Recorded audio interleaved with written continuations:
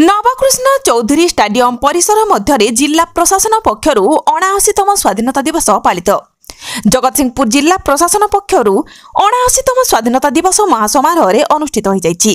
जगतसिंहपुर जिलापाल जे सोनाल मुख्य अतिथि भाव जोग देथिबा बेले तांको सहित जिला आरक्षी अधीक्षक भवानी शंकर उद्गता, अतिरिक्त जिलापाल संबित राउत, उपजिलापाल प्रशांत कुमार तराई और जिलार समस्त विभागीय अधिकारी जोग देथिले। प्रथमे मुख्य अतिथि तथा जिलापाल जिलार विभिन्न स्थान रे थिबा महापुरुष मानकर प्रतिमूर्ति रे पुष्पमाल्य अर्पण करा जिबा परे धार्य समय अनुसार पताका उत्तोलन करा जाई जातीय संगीत गान करा जाइथिला।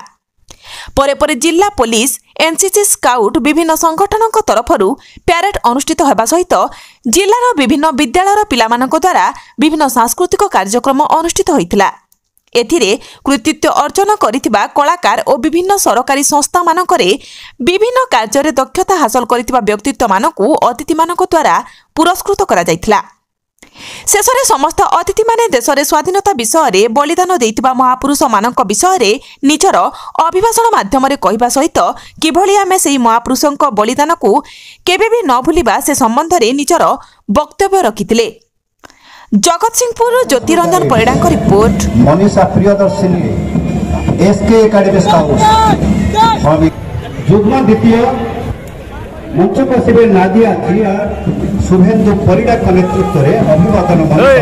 आज आमर 79तम स्वाधीनता दिवस उपलक्षे समस्त जगतसिंहपुरवासी अभिनंदन जनावि।